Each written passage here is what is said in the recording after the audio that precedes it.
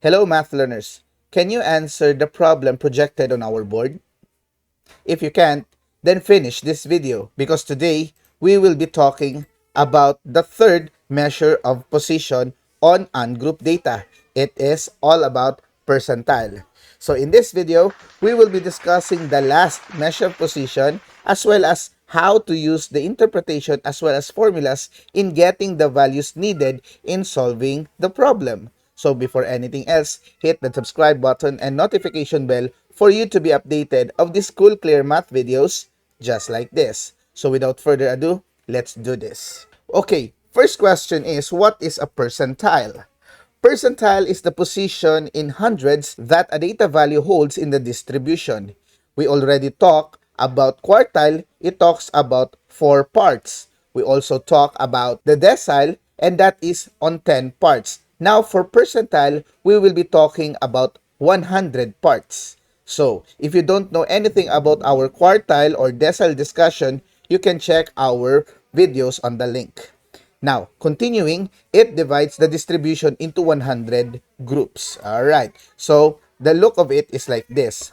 As you can see, my dear math learners, talking about ungrouped data, it is not arranged into intervals. Therefore, it is just a raw data. So, in order for us to know the percentile of a certain rank or a certain position, then what we will do is to arrange them from lowest to highest. And of course, if it is divided into 100 parts, then that is where our percentiles will go depending on the position we are talking about. Now continuing, in getting the value or in calculating the value for our percentile position, denoted by P sub k, the formula is very simple. It is just like the same as our quartile and decile. The only difference on this is that our divisor is now 100. Unlike quartiles, we have the divisor of 4. And our k, or the position, will only depend on 1, 2, 3, and 4. While in our deciles, we have a divisor of 10. And of course, our k value will just be running from 1 to 10. Now talking about percentile, our k value would run from 1 up to 100, of course, as well as our divisor will become 100. At the same time, our n here denotes the number of data in our data set. So if you have 50 scores, then we will be putting 50 as our n. That's just an example. Now, the same as what we have discussed in our previous videos, if our computation yields a decimal value, then we need to apply the linear interpolation. Now, let us continue. Now, we have here our problem. Find the 30th percentile or the P of 30 of the following test scores of a random sample of 10 students. We have 35, 42, 40, 28, 15, 23, 33, 20, 18, and 28. Of course, the first thing we should do is to arrange first our data points from the smallest to highest, or in an increasing order.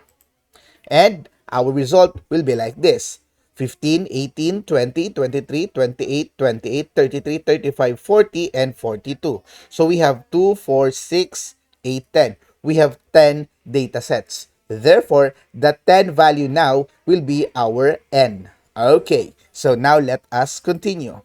Of course, in order to find the 30th percentile of this data set, what we will do is we will follow the formula. If you can remember, our formula goes as P of k is equal to k over 100 times the quantity n plus 1. Now, we already know that our k here is 30 because we are finding the 30th percentile. Of course, what we will be putting here in our P is 30. Alright, now continuing, our n right now is 10 because we have our 10 data points. Okay, so you can solve this by simplifying 30 over 100. You can simplify that one. Okay, and you can also simplify what is inside in our quantity. So 30 over 100 is just equal as 3 over 10. Now in this case, it is just the same as the decile rule. And then 10 plus 1, that would be 11. And then multiplying, we have 33 over 10. Of course, 33 over 10 is equal to 3.3. Easy, right? Now, if we did not get the lowest term of 30 over 100, you can still do so, and 30 will be multiplied by 11. So 30 multiplied by 11, that would be 330. And then, it will be divided by 100, and still, you will get the value 3.3. Now, my dear math learners, this value has a decimal value. What is the next thing or next process to be used? Very good. We will be using the linear interpolation. Remember in our linear interpolation that we will consider this 3.3 as our position, right? Now, where can you find 3.3? Very good. That is between the third and the fourth.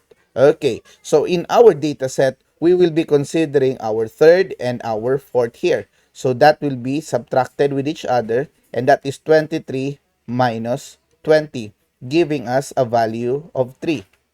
Now, if you get the value of 3, then what you will do is you multiply it by the decimal value of our 3.3, and that is 0.3. So that will be 0.3. So you multiply it to our result in step 1, giving us 0.9. Now, the next step and the last step is to add the smaller value in step 1, and that is 20, by the result on step 2. So that is 0.9. Therefore, the actual value of our 30th percentile is 20.9. Alright, so how do we interpret this value, my dear math learners? 20.9 means this is our 30th percentile. Meaning, if your score is below 20.9, then you belong to the lower 30% of the whole group or whole class. Of course, if your score is higher than 20.9, then you belong to the upper 70% of the whole class, because the whole class is 100%, right? And this 30th percentile is the position. So anything beyond that, higher, that means 70%. Anything below that, that means 30%. Easy, right? Now, what if we are given to this another example? Now here, my dear math learners, we have another problem. And what is asked here is the 75th percentile. We have the given 10, 50, 30, 20, 10, 20, 70, and 30. Now, what is the first thing you should do? Very good. First is to arrange the data points from lowest to highest. So we have 10, 10, 20, 20, 30, 30, 50, and 70. If you count all the data points, that is 8. And of course, that 8 will represent our value of n. Easy, right? Now, let us continue in our solution. Now, for our solution for the 75th percentile, we will be using the formula. So, let us just substitute immediately. So, we have the percentile of 75, okay, or the 75th percentile. So, our numerator, which is our k, that will also be 75. Then, we have here denominator as 100. Then, our n is the number of data points, and that is 8. So, that will be 8 plus 1. All right. So, now by continuing, we have 75 times 9 over 100. And if we multiply 75 by 9, that would give us 545 for this one. And then 9 times 7, that would give us 63 plus 4. That will be 67. All right. Divided by 100. Now, if we divide 675 by 100, that would give us 6.75. Now, are we finished with our solution?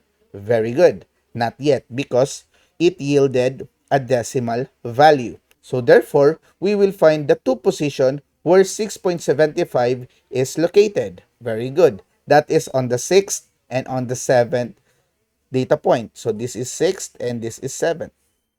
Alright, so now by applying linear interpolation, we will be using these two numbers. We will subtract them, so 50 minus 30, and the answer with that is 20. Step 1. Step 2, we will get the result and then multiply it by our decimal value in our formula, and that is 0.75. So that is 20 times 0.75.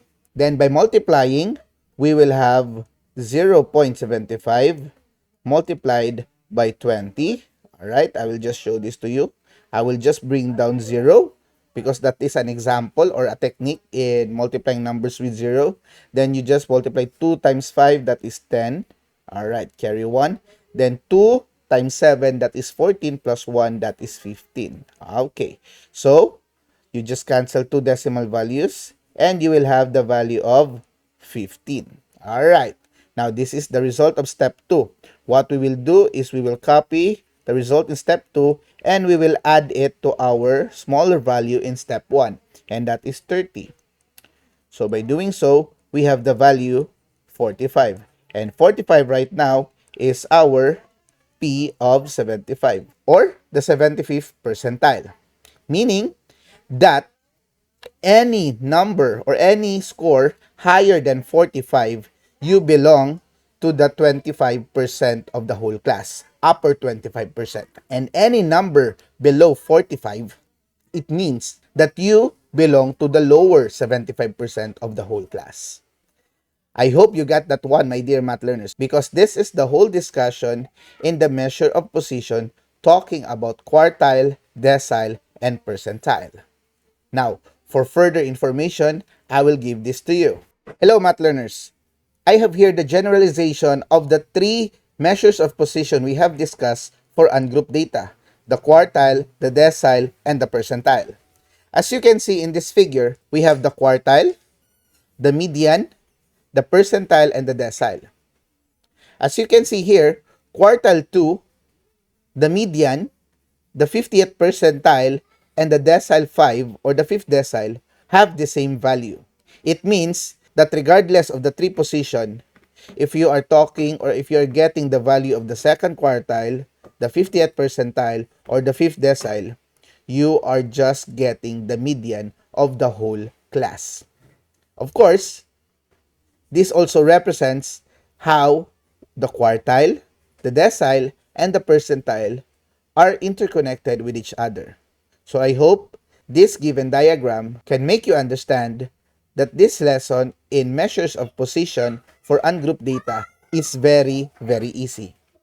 So, on our next videos, I hope you will also join me in discussing the measures of position for group data. Congratulations, my dear math learners, you just mastered this lesson. If you find our discussion beneficial to your friends, classmates, and schoolmates, as well as to you, kindly click the subscribe button and notification bell, as well as liking it and sharing this to your friends. This has been your YouTube Educreator Math Teacher Ash, reminding you that it is fun to learn mathematics if we are together learning. Thank you so much, God bless, and keep safe always.